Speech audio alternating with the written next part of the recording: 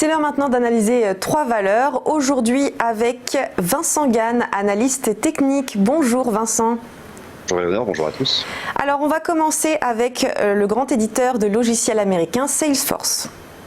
Oui, alors pourquoi parler de Salesforce aujourd'hui, même plutôt cette semaine? Alors parce que plus tôt dans la semaine, la valeur a pris 30% à Wall Street, donc 30% ce n'est pas anodin, même si nous sommes habitués au nouveau record historique des différentes valeurs aux États-Unis.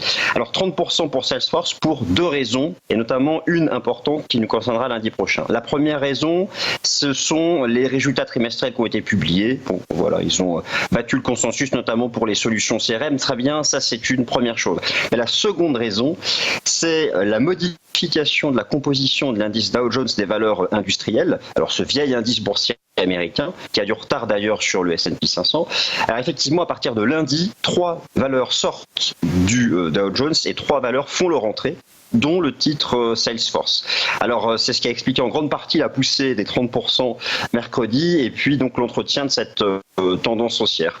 Alors il y a une première chose à savoir, c'est que lorsque Salesforce va faire son entrée dans le Dow, avec son prix actuel, elle est déjà le 4e poids lourd de l'indice. Et ce qu'il faut retenir, c'est que cela devrait permettre au Dow de rejoindre ses records historiques, comme l'a déjà fait le S&P 500 il y a environ 2 semaines.